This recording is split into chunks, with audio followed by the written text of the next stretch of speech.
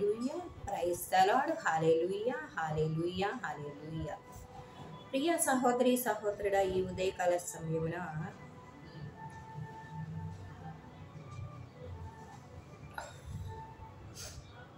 ఒంటరిగా పయనిస్తున్నాను అనుకుంటున్నావా?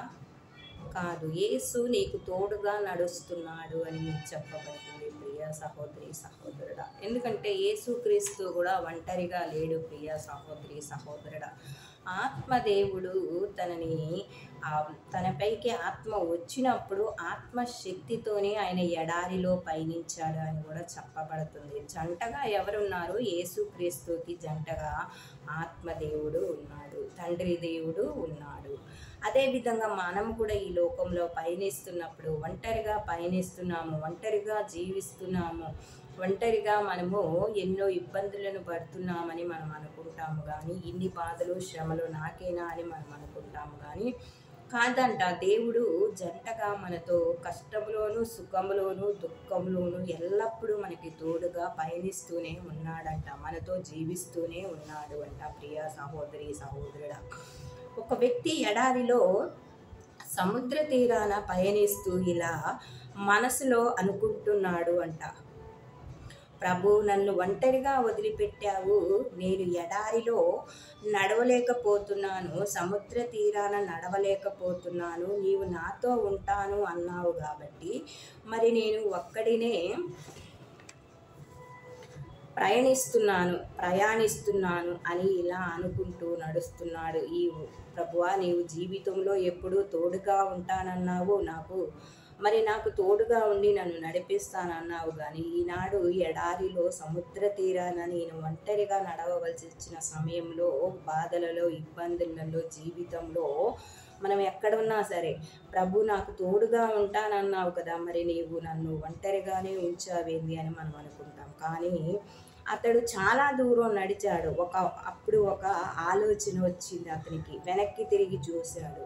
ఈ ఎడారిలో సముద్ర తీరాన నడిస్తే కాలినడకలు మనకు గుర్తులు పడతాయి, అచ్చులు పడతాయి. ఆ వ్యక్తి చూస్తుంటే అతని కాలి గుర్తులు లేవు.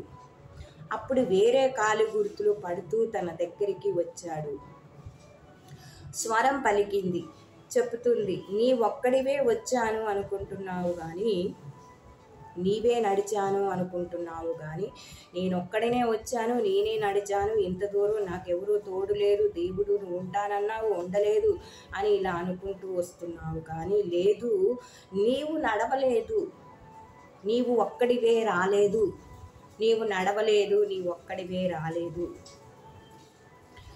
నీ బదులు నడిచింది నేనే. అందుకనే నీ కాలి గుర్తులు బదులు నా కాలి గుర్తులు పడ్డాయి. నిన్ను నా చేతులతో ఎత్తుకొని వచ్చాను, అందుకే నీకు ఏ అలసట ఏ భారము అనిపించలేదు. అప్పుడు వచ్చింది ఎవరు? నువ్వు నడిచింది ఎవరు? నీవు కాదు, నడిచింది నేనేనని అక్కడ ప్రభువు పలుకుతున్నాడు ప్రియ సహోదరి సహోదరుడా.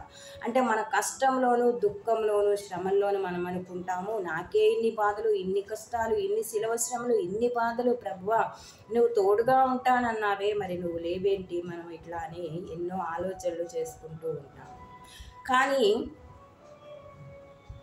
అప్పుడు ప్రభు ఏమంటున్నారు? నేను నీకు తోడుగా ఉన్నాను, నేనే నీ కష్టాలు బాధలు పడేది ఎవరు అంటే నువ్వు అనుకుంటున్నావు. కానీ నీ ఈ కష్టాలు బాధలు శ్రమలు నడిచినా, ఏది చేసినా, ఏడ్చినా, దగ్గుపడ్డా, ఏది చేసినా నువ్వే అనుకుంటున్నావు. కానీ కాదు, నేనున్నాను నీ లోపల, నీలో ఉండి నేను నడిపించేవాడిని నేనే. కాబట్టి ఆ బాధలు కష్టాలు కన్నీళ్ళు ఆ నడిచింది కూడా నేనే. నిన్ను మాత్రానికి ఒక్క దెబ్బ కూడా తగలకుండా, నీ కాలికి రాయి తగిలి నవ్వకుండా నేను నిన్ను చేతులతో ఎత్తి పట్టుకొని, నిన్ను ఎత్తుకొని భుజములో మోసుకొని నేను ఇక్కడ దాకా నిన్ను తీసుకొని వచ్చాను అని ప్రభు చెప్పాడు. అప్పుడు ఆ మనిషి నిజం గ్రహించి దేవునికి వందనాలు చెప్పాడు. ప్రియా సహోదరి సహోదరుడా, మనం కూడా గమనించవలసినటువంటి విషయము, నేను ఒక్కదాన్నే జీవిస్తున్నాను, నేను ఒక్కదాన్నే ఉంటున్నాను, నాతో ఎవరూ లేరు అని మనం ఎప్పుడూ కూడా అనుకోవద్దు. తోడుగా క్రీస్తు ప్రభు ఉన్నాడు, నిన్ను నన్ను అందరినీ నడిపిస్తున్నాడు. నువ్వు భార్యాభర్తల పిల్లలు ఉన్నా నువ్వు కూడా ఒకసారి ఒంటరివే. భార్య భర్త ఆఫీస్కి వెళ్తే, పిల్లలు స్కూల్కి వెళ్తే, భార్య కూడా ఇంటిలో ఒంటరిగానే ఉండాలి. భర్త కూడా, భార్య పిల్లలు ఊరికి వెళ్తే భర్త కూడా ఒక్కొక్కసారి ఒంటరిగా ఉండాలి సమయములలో. ఆ సమయాలలో ఒక్కడివి కాదు ఉండేది, నీకు తోడుగా నేను ఉన్నాను, నేను ఏ బాధల్లో కష్టాల్లో వదిలిపెట్టలేదని ప్రభువు చెబుతున్నాడు. ప్రభు మనకు తోడుగా పయనిస్తున్నాడు.